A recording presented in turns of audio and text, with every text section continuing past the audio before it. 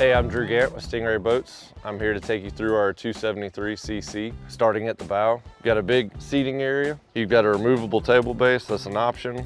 It's got two different legs. It'll actually raise up higher for a table. It's in the bow filler configuration at the moment. Ahead of that, you've got a standard windlass. You've got switches on the bow and at the console, so no matter where you stand, you can actually control the windlass. Underneath the cushions up front, you've got storage boxes. Cushions are easily removable if you want to take all the cushions off up front. You've got charging outlets, courtesy lights, and a door in the bottom to access your windlass. A little bit further back, there's a small coffin box. On the inside, there's a standard Engel cooler. There's also a light inside of every box up front, so if you're going in something at night, you can actually see inside the box with the courtesy lights on. You've got two armrests either side, and you've got bow rails, stainless bow rails for that matter, pretty much everywhere you stand up front so you can hang on. Moving to the console, you've got a bifold door to get into the head. On the inside, you've got an optional toilet, but there's a standard sink. There's also some storage underneath the sink that goes all the way up underneath the coffin box, so you could have some very large storage, probably 4.5 foot all the way to the bow of the boat underneath the coffin box. As you see, the stainless rails come all the way to the back. I know a lot of people riding in center consoles like to stand by the driver. There's grab handles everywhere you want to stand. You've got gas fills, port and starboard, so no matter which side of the dock you pull up to get fuel, you've got right here. The boat holds 160 gallons of usable capacity. At the helm, you've got fully adjustable captain's chairs. They're on seat slides, as well as armrests and bolsters. You've got an adjustable tilt helm that's standard. This boat's equipped with the Optimus joystick with the Suzuki power. On this boat, you've got digital switching. You've got switching through the actual switch panel, and then the Garmin also has switching through it as well. The 273 is equipped standard with the zip wake trim system.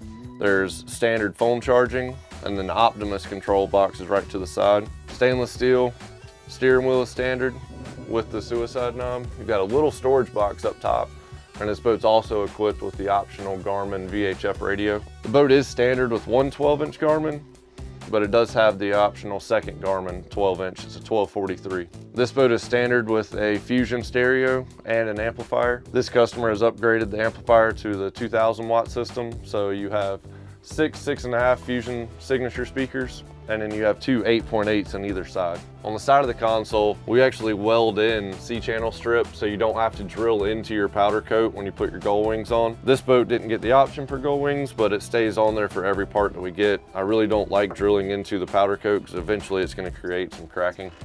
Standard reflex mats up top are cut out for two cell phones, and there is a circle cut out for a Ritchie compass.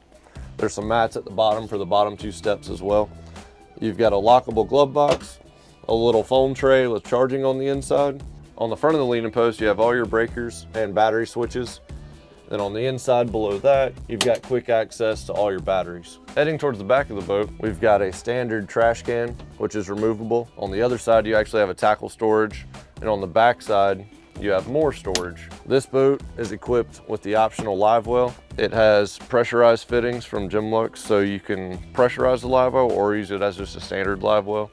If you don't get the live well option, it is standard as just a cooler, drains overboard. All of the rod holders and the cup holders that you see on the boat are standard. You've got cup holders in the aft, both sides, cup holder rod holders in the leaning post, as well as a Yeti cup holder in the center. It takes the big tumbler and it can fit it right here in the center of the boat. There's two fish boxes that are about 4.5 foot long that are insulated, and they are pumped overboard as standard equipment on the boat. You've got a very large bilge hatch. You can access any of your pumps, your seacocks, anything through the bottom of the boat to the back, all the way to the transom. At the back of the boat is also standard with a flip seat.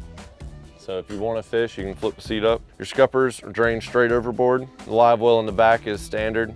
The boat is standard with a freshwater system, but this boat was upgraded to a saltwater washdown as well. So for the saltwater washdown, you have an output underneath the gunnels where the rod storage is. The freshwater output is actually on the other side. You actually have a freshwater shower that is hooked up to that for washing off when you get out of the water. There's actually a freshwater washdown in the anchor locker up front to wash off your windlass as it comes up as well. At the back of the boat, this boat does not have it, but there's an option for a pop-up ski pylon. You have a transom door that has magnets to hold it in the open position. You also have a ladder that stows underneath this lid, so you're not standing on it when you're getting on and off the boat. You do have bilge access at the back.